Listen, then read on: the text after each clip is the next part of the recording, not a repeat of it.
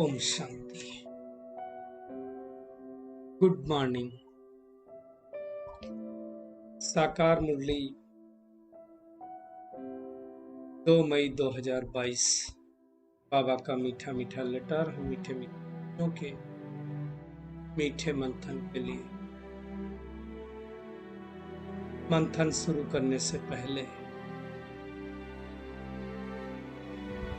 शिव बाबा की ज्ञान भरी किरणों के नीचे बैठ जाते हैं और अनुभव करते हैं कि मैं ज्ञानी तू आत्मा।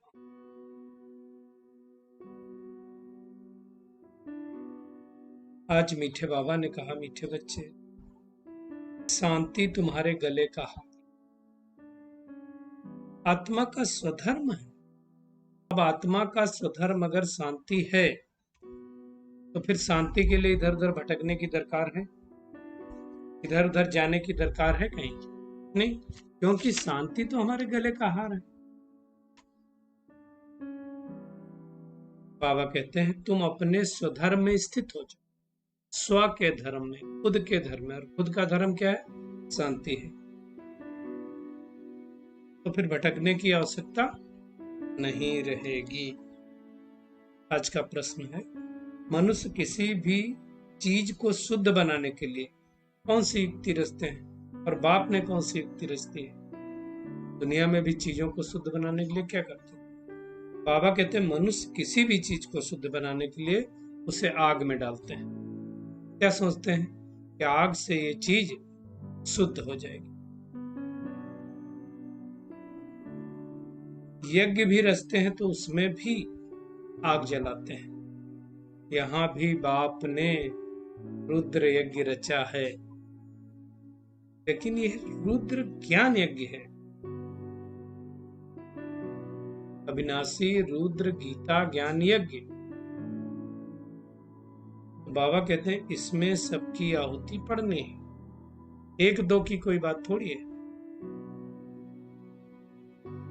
बाबा कहते हैं तुम बच्चे देह सहित सब कुछ इसमें स्वाहा करते हैं। स्वाहा करना केवल जलाने की बात नहीं है। स्वाहा करना अर्थात मन बुद्धि से उस चीज। बाबा कहते हैं तुम्हें योग लगा, योग की ही रेस है। योग अर्थात याद, और क्या है? बाबा कहते हैं इसी से तुम पहले रुद्र के गले का हार बनेंगे, शिव बाबा के गले का हार, और फिर विष्णु के गले के फिरोज। इस समय परमात्मा के हम बनते हैं और फिर सतयुग त्रेता में जाकर के विष्णु के खानदान में आते हैं, राजधानी में आते हैं।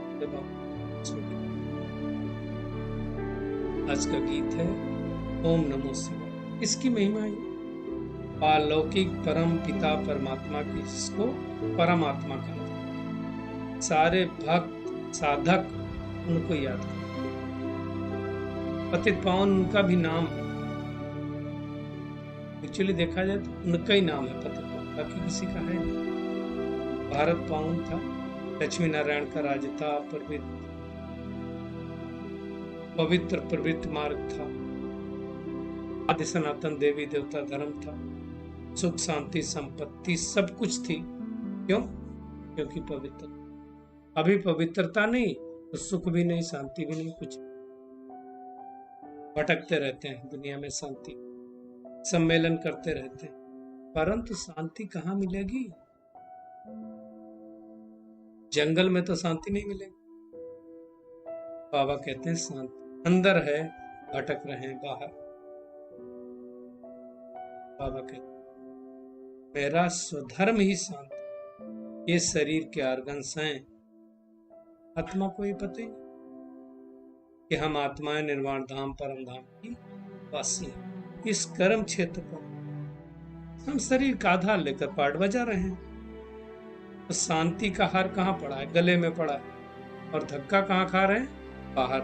जैसे कहते हैं ना, वो महारानी के गले में ही हार था और वो सारे लोगों को बोल दी ढूंढो ढूंढो ढूंढो ढूंढो। किसी ने कहा हमारा नहीं होता, आपके गले में पड़ा है।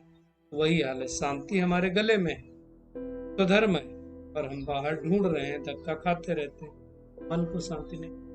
कोई मंदिर, मस्जिद, गुरुद्वारा कोई शांति नहीं दे सकता। हम वहां जब जाते हैं वहां के प्रकंपनों को फील कर, इसलिए लगता है हम शांत थोड़ी होते हैं, फिर वापस आते हैं, फिर हम वैसे हो जाते हैं। तो बाबा ने बताया कि देखो, अगर अंतर में अपने जाएंगे, शांति के प्रकंपनों को जागृत करेंगे, वो शांति हमेशा के लिए कायम रहेगी। और उसका बेस्ट तरीका क्या है? अपना कनेक्शन परमात्मा के साथ जोड़ दो, क्योंकि वो तो शांति का सागर है। शांति के सागर से जब कनेक्शन जुड़ जाएगा तो शांति अपने आप अंदर आती जाएगी। जाने क्या क्या कहते हैं, अपने को शिव हम कहते हैं। अब इससे बड़ा पाप कोई हो सकता है क्या?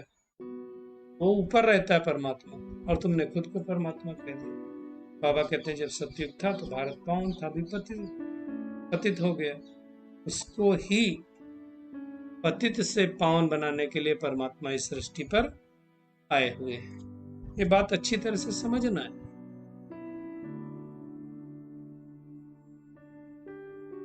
और कब आते हैं? इस पुरुषोत्तम संगम युग पर। एक्चुअली असली कुंभ का मेला ये है जब आत्मा और परमात्माओं का मिलन होता है। बाकी वो नदियों के आगे जो कुंभ का मेला करते हैं, जब ज्ञान सागर पतित पावन शिव अब इस सृष्टि पर आकर के पतित दुनिया को पावन बनाने का कार्य कर, तब कुंभ मेला। भारत में स्वर्ग था, एक धर्म था, एक राज्य था। फिर त्रेता में श्री राम का राज्य हुआ, इसलिए कहते हैं राम राजा राम प्रजा। तो राम के राज्य में इतना सुख था तो सतयुग में कितना सुख होगा। उस समय बाकी सब आत्माएं, सब धर्म आदि कहाँ थी? निर्वाण धाम में, अर्थात परम धाम में बैठी थी। आत्मा क्या है, परमात्मा क्या है, दुनिया में किसी को मालूम नहीं। बाबा कहते हैं आत्मा ही में 84 जन्मों का पाठ ढूंढा हुआ। 84 जन्म का पाठ तो किसी को समझ में नहीं आता, 84 लाख हो तो लोगों को कहां से समझ। तो बाबा कहते हैं मैं आकर ब्रह्मा द्वारा तुम्हें सभी वेदों, शास्त्रों, गीता का शास्त्र मैंने ही आकर के कैसे ये राजस्व स्मेघ अविनाशी रुद्र कहता ज्ञान यज्ञ रचा है, किसी को नहीं मालूम। शिव को रुद्र तो इसीलिए कहते हैं। बाबा याद दिलाते हैं कि तुम देह सहित देह के जो संबंध है उन सबको भूल जाओ, एक बाप को याद करो। देह के सब धर्म में, ये फलाने धर्म का हूं, इस धर्म का हूं, सब छोड़ करके माँ में कम याद करो। ये गीता में भी लिखा क्लियर कट बाबा समझाते हैं कि मैं ब्रह्मा द्वारा स्थापना कराता हूं, विनाश तो सामने ही करा। बाबा कहते हैं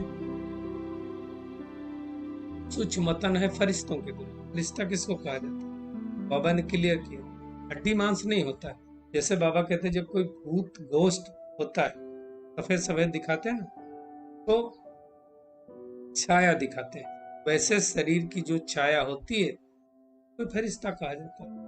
बाबा ने क्लियर किया, बहुत गई थोड़ी रही, थोड़ी में भी थोड़ी रही, अब गफलत नहीं करो। बहुत प्यार से बाबा को हर 5000 वर्ष बाद परमात्मा इस सृष्टि पर, 5000 वर्ष पहले भी आए थे, सतयुग की स्थापना की थी, मतलब सतयुग था 5000 वर्ष पहले। अब कलयुग हुआ है, तो अब जैसे दुनिया में कोई चीज शुद्ध करना होता है, आग में जलाते, सोने को कहाँ जलाते? आग में जलाते तो गंदगी निकलती। ऐसे आत्मा में जो अशुद्धता आ गई विकारों रूपी, तो क्या करो? योग अग्नि में बाबा कहते हैं जलाओ। जब जलाएंगे आत्मा शुद्ध। रुद्र यज्ञ बोला जाता है, कृष्ण यज्ञ कभी बोला जाता है क्या? तो बाबा कहते हैं अंत तक योग लगाते रहो, योग की रेस है। और जितना जास्ती बाबा को याद करेंगे उतना जल्दी रुद्र के गले का हार बनेंगे और माया से भी नहीं हार खाएंगे। जो जितना पुरुषार्थ करते हैं वही नर से नारायण, नारी से लक्ष्मी। समझने की मतलब भगवान आकर के, परमात्मा आकर के हमें त्रिकालदर्शी बनाते हैं। दुनिया में अभी तो कोई त्रिकालदर्शी है नहीं। सृष्टि चक्र कैसे फिरता किसी को थोड़ी मालूम, बाबा आकर के बताते हैं। तो बाबा कहते हैं भगवान एक ही। श्री कृष्ण क्यों नहीं है? वो तो सतयुग का राजकुमार है। राजकुमार भगवान होता है क्या? अब भगवान आकार को कर, अगर भगवान भी आकर के राज्य करे तो गंवाना पड़ेगा राज्य। परमात्मा इन चीजों से परे है। बाबा कहते हैं मैं तुमको विश्व का मालिक बना करके मैं निर्वाण धाम में जाकर रहता हूं। दुनिया में तो ये भी नहीं मालूम भक्ति कब चालू होती। भक्ति पहले द्वापर युग से चालू होती है और सबसे पहले अव्यभिचारी भक्ति होती है, अर्थात परमात्मा शिव की। इसलिए आप देखो घर घर महादेव जरूर होते हैं, 4 पत्थर ही रखे। शिव के कितने नाम है? निराकार नाम बहुत रखे। सोमनाथ क्योंकि सोमरस पिलाया, ज्ञान अमृत पिलाया। बबूलनाथ क्योंकि कांटों को फूल बनाया। अमरनाथ क्योंकि अमर दुनिया में लेकर के गया। तो ये सारी बातें परमात्मा ही आकर के सब। अब उनको सर्वव्यापी कहना ये तो ग्लानि हो गई ना। बाबा कहते हैं भारत 100% पावन था, अभी पतित।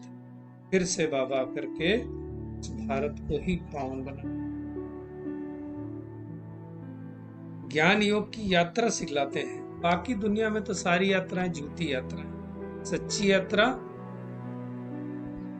आत्मा समझ के परमात्मा। बाबा कहते हैं अभी तुम बाप द्वारा समझदार बनो। क्या करो? घर गृहस्थ में कमल फूल समान पवित्र बनो, ऊंचा पद मिल जाएगा।